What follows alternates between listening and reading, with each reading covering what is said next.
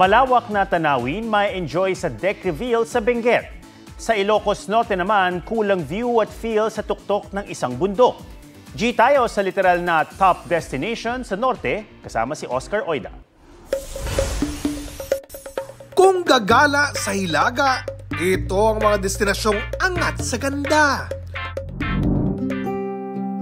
First stop, ang summit ng Mount Lamin sa Pidig, Ilocos Norte. Pambatoro ito ng probinsya sa mga matatayog na bundok. Berdeng-berde ang tanawin, kaya tsak na presko ang hangin.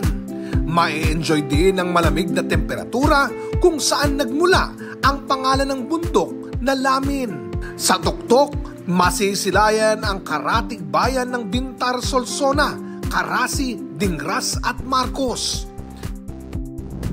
Overlooking natin. Exciting ride ba sa bundok? Aabot ka hanggang sa view deck na ito sa Mankayan, Benguet. Para kang nakatanaw sa walang hanggang mundo sa lawak ng makikita mo.